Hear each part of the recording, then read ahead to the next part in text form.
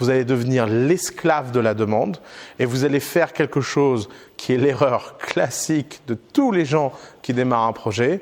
C'est qu'au début, vous allez être paniqué que personne n'achète, donc vous allez avoir plein de clients. Ensuite, quand vous avez ces clients, vous allez arrêter de vendre parce que vous dites j'ai des clients, il faut que je les traite. Vous allez les traiter. Et quand vous traitez ces clients, vous ne vendez pas. Et à la fin du traitement de ces clients, les nouveaux clients mettent du temps parce que vous avez une phase de down comme ça avant de remonter. Et donc, le sujet pour vous, là, c'est de ne jamais arrêter de vendre.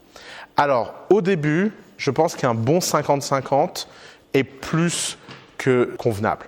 Par exemple, vous pouvez vous dire, mes matinées, je vends, mes après-midi, je traite. Après, si vous avez plutôt du soir, le matin, vous traitez, le soir, vous vendez, peu importe.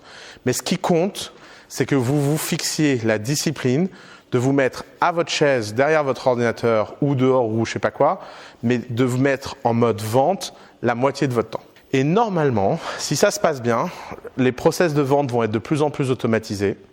Et comme ils vont être de plus en plus automatisés, vous allez pouvoir les réduire. Et vous allez pouvoir tendre vers un 75-25. Mais vraiment, au début, commencez au moins par un 50-50.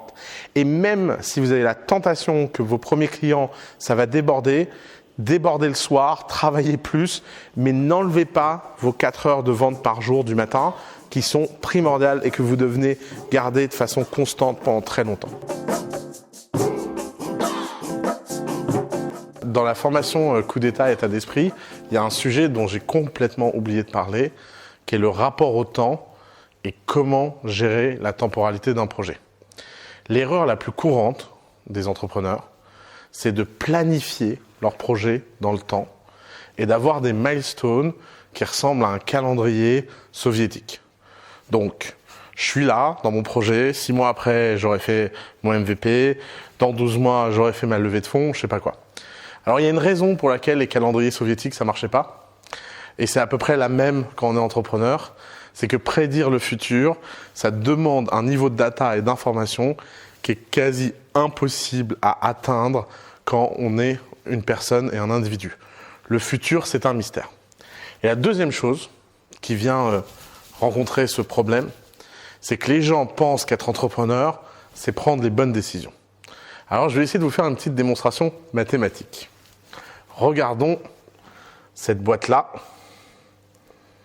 sa temporalité, et regardons cette boîte-là. Ça, c'est l'entreprise A, et ça, c'est l'entreprise K, parce qu'elle a suivi coup d'état. Donc, l'entreprise A, c'est des A-players. Ils essaient de faire les choses bien. Donc, à chaque fois qu'ils prennent une décision, ils vont prendre un temps théorique qu'on va appeler T. Donc, chaque décision de A prend T.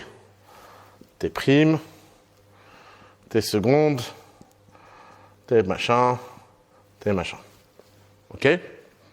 Maintenant, imaginons que les mecs chez A, ils ont fait Polytechnique, super smart, et ils ont un taux de réussite dans leurs décisions de 80%.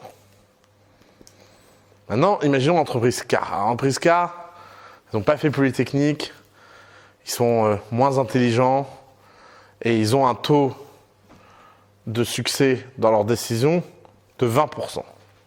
Mais par contre, peut-être qu'ils ont raison 20% du temps, mais quand A met T à prendre une décision, K, il a pris 10 décisions. OK ? Qu'est-ce qui se passe ? Cette boîte-là, elle va avoir des cycles qui vont durer T. Cette boîte-là va avoir un cycle qui va durer T divisé par 10. Et quand vous avez 20% de réussite, mais que vous allez 10 fois plus vite, vous finissez par trouver la vérité avec un peu de chance entre K1 et K10. Donc, si vous êtes vraiment malchanceux, peut-être qu'il va vous falloir 10 lancers.